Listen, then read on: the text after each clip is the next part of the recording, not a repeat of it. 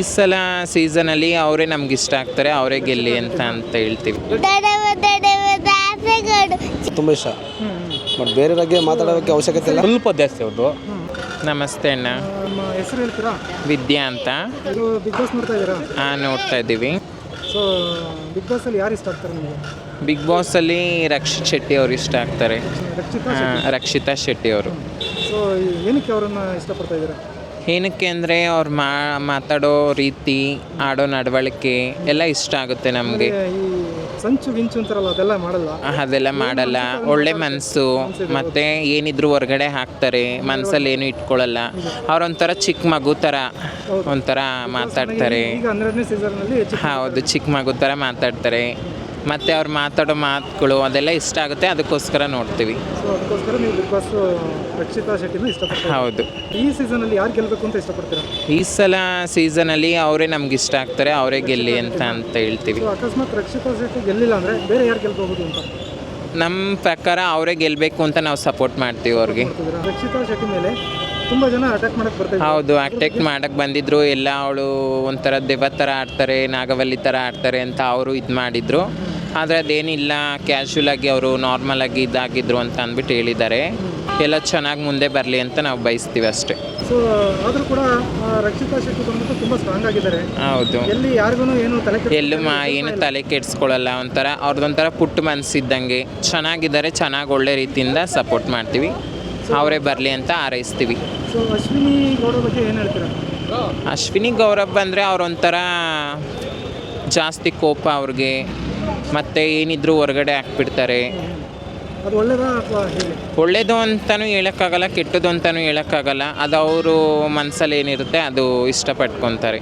ಒಟ್ಟಿನಲ್ಲಿ ಒಳ್ಳೆ ಕಾಂಪಿಟೇಟರ್ ಅಂತ ಒಳ್ಳೆ ಕಾಂಪಿಟೇಟರ್ ಅಂತ ಹೇಳ್ಬೋದು. ಆದರೆ ಅವ್ರು ಮಾಡಿದ್ದು ಸ್ವಲ್ಪ ಕಿರಿಕಿರಿ ಜಾಸ್ತಿ ಇತ್ತಲ್ವಾ. ಆದರೂ ನಮಗಿಷ್ಟ ಆಗೋದು ಅಂತಂದರೆ ಅದರಲ್ಲಿ ರಕ್ಷಿತಾ ಶೆಟ್ಟಿ ಒಬ್ಬರೇ. ನಾವು ಅವ್ರಿಗೊಬ್ರಿಗೋಸ್ಕರನೇ ನಾವು ನೋಡೋದು ಬಿಗ್ ಬಾಸ್ನ.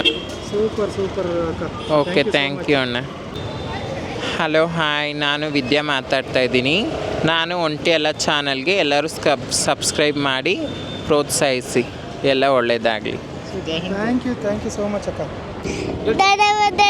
ದಾಸೆಗಡು ಚಿಕ್ಕಮ್ಮ ಚಟ್ನಿಗಡು ನಮ್ಮಪ್ಪ ರಾಜ ಕೊತ್ತಂಬರಿ ಬೀಜ ಸಾರ್ಗಕ ಸೊಪ್ಪು ಲಿವಿದ್ರು ಮಾಡ ತಪ್ಪು ಗಿಲಿ ಗಿಲಿ ಗಿಲಿ ಎಲೆ ದಮಕಿದ ಗಿಲಿ ಗಿಲಿ ಗಿಲಿ ಗಿಲಿ.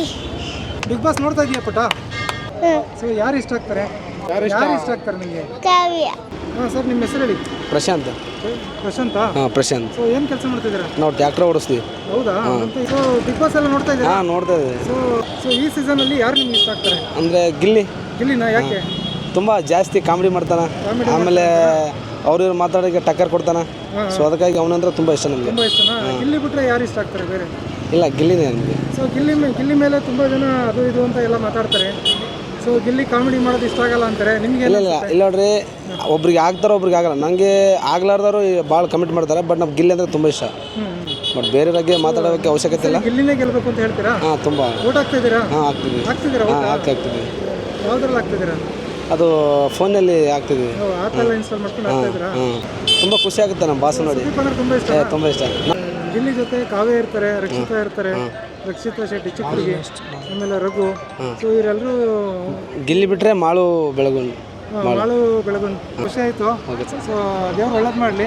ಸೀಸನ್ ಮುಗಿಯೋವರೆಗೂ ನೋಡಿ. ಸರ್ ನಮಸ್ಕಾರ. ನಿಮ್ಮ ಹೆಸರು ಸರ್? ಸರ್ ವೆಂಕಟೇಶ್ ಅಂದ್ಬಿಟ್ಟು. ವೆಂಕಟೇಶ್ ಅಂತ. ಸೊ ಏನು ಮಾಡ್ತಿದ್ದಾರೆ ನೀವು? ಸರ್ ಡ್ರೈವಿಂಗ್ ಕೆಲಸ ಸರ್. ಡ್ರೈವಿಂಗಾ?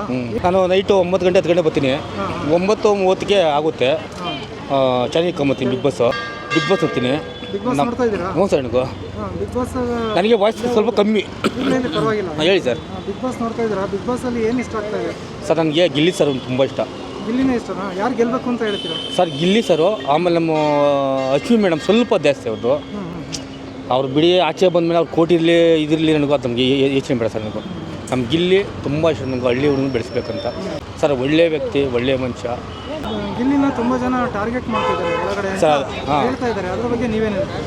ಸರ್ ಇಂಥ ಒಳ್ಳೆಗೆ 100 ಜನ ಬೈಬೋದು, ಇದು ಮಾಡ್ಬೋದು ಅಷ್ಟೇ. ನನಗೂ ಅವ್ನು ಆತ್ಮದಿಂದ ಬಂದ ತಕ್ಷಣ ಅವ್ನು ಆಡ್ತಾರೆ ಅಷ್ಟೇ. ನನಗೆ ಈ ಸರಿ ಗಿಲ್ಲಿ ಗೆಲ್ಲಬೇಕು ಅಂತ ಹೇಳ್ತೀರಾ? ಸರ್ ಹೆಂಗುತ್ತಾ, ಒಂದು ದೊಡ್ಡ ವ್ಯಕ್ತಿ ಹೋದ್ರೆ ಆಚೆ ಒಳಗೆ ಹೋದ್ರೆ ಅದೊಂದು ಮನೆ. ಹೌದು ಒಂದು ಬಡವನು ಇದನ್ನೇ ಇದ್ಕೊಂಡು ನನಗೆ ಬಿಕಾರಿ ಹೋದ್ರೂ ಒಂದು ಬಡವನೇ. ಹೌದು ಹೌದು. ಅದೇನು ಆಟ ಆಡಬೇಕು ಸರ್. ಗಿಲ್ಲಿ ಜೊತೆ ರಕ್ಷಿತಾ ಶೆಟ್ಟಿ ಹುಡುಗಿ ಚಿಕ್ಕ ಹುಡುಗಿ, ಆಮೇಲೆ ಕಾವ್ಯ ಇರ್ತಾರೆ. ಸೊ ಅವ್ರ ಬಗ್ಗೆ ಏನು ಹೇಳ್ತೀರಾ? ಸರ್ ಕಾವ್ಯ ಬಂದು ಅವ್ರಿಬ್ಬರು ಫ್ರೆಂಡು. ಹಾಂ ಹೌದು, ಫ್ರೆಂಡು ಒಳ್ಳೆ ಫ್ರೆಂಡ್ಸ್. ಫ್ರೆಂಡು ನನಗೂ. ಇವತ್ತು 100 ಕೋಟಿ ಮನೆ ಐತೆ ಅಂದ್ಬಿಟ್ಟು ಎಕ್ಕ ಬರ್ತಾನೆ ಅಶ್ವಿನಿ ಮೇಡಮ್ ಅವರು ಅಲ್ವಾ. ಅವರು ಕಾಲ ಮೇಲೆ ಕಾಲು ಹಾಕೊಂಡಾಗ ಈಗ ಗಿಲ್ಲಿ ಕಾಲ ಮೇಲೆ ಹಾಕೋಂತಂದ ಅಲ್ವಾ. ಹಾಂ ತಪ್ಪೇನಿಲ್ಲ. ಒಂದು ಮುಯ್ಯಿಗೆ ಒಂದು ಮುಯ್ಯಿ. ನಾವೊಂದು ಮುದಿ ಗೊತ್ತೀರಿ, ಮುಯ್ಯಿ ಹಾಕಿದ್ರಾ ಮತ್ತೆ ನೀವು ಮುದೆ ಬರಬೇಕು, ಮುಯ್ಯಿ ಹಾಕ್ತಾರಾ? ಹಾಂ ಅಲ್ಲಿ ಸರಿ ಇತ್ತು ಅಷ್ಟೇ ಜೀವನ ಸರ್. ಗಿಲ್ಲಿ ಬಿಟ್ಟರೆ ನಿಮಗೆ ಬೇರೆ ಯಾರು ಗೆಲ್ಲಬೇಕು ಅಂತ ಹೇಳ್ತೀರಾ? ಸರ್ ಗಿಲ್ಲಿ ಬಿಟ್ಟರೆ ನನಗೆ ಒಳ್ಳೆ ವ್ಯಕ್ತಿ, ಒಳ್ಳೆ ಮನುಷ್ಯನು, ಕಾಮಿಡಿಯಿಂದ ಬಂದ ನನಗೂ ಅಶ್ವಿನ್ ಮೇಡಮ್ ಗೊತ್ತಾ. ನಾನು 100 ಕೋಟಿ ಐತೆ ಆಸ್ತಿ ಅದು ಬೇಡ, ಒಳಗೆ ಹೋದ್ಮೇಲೆ ಯಾವ ಕೋಟಿ ಇಲ್ಲ ಸರ್. ಆಮೇಲೆ ಆ ಕೇರಳ ಮಗು ಆ ಹೆಸರು ಅಷ್ಟು ಗೊತ್ತಲ್ಲ ನನಗೆ, ಸ್ವಲ್ಪ ಬಾಯಿ ಜಾಸ್ತಿ ಕಮ್ಮಿ, ಹೃದಯ ಒಳ್ಳೆಯದು ಆ ಮಗುಗೆ. ಇಷ್ಟು ಹೇಳ್ತೀನಿ ಸರ್. ಓಟ್ ಹಾಕ್ತಾ ಇದ್ದೀರಾ? ಏನು ಸರ್? ಓಟ್ ಹಾಕ್ತೀವಿ ಸರ್ ನಮ್ಮ ಮೊಬೈಲ್ ತೋರಿಸ್ತೀನಿ ಅಣ್ಣನಿಗೂ, ನಾನು ಹಾಕಿದ್ರೆ ಅಣ್ಣನಿಗೂ ನಾವು ಅಭಿಮಾನಿಗೆ ಹೇಳ್ತೀನಿ. ರೆಗ್ಯುಲರ್ ಆಗಿ ಓಟ್ ಹಾಕ್ತಾ ಇದ್ದೀರಾ? ಇಲ್ಲ ನಾನು ಹಾಕಿದ್ರೆ ಹಾಕ್ತೀನಿ ಸರ್, ನನಗೆ ಬರಲ್ಲ ನನಗೂ. ಮಾಡಿಸ್ತಿದ್ದೀರಾ? ಹಾಂ ಮಾಡ್ತೀನಿ.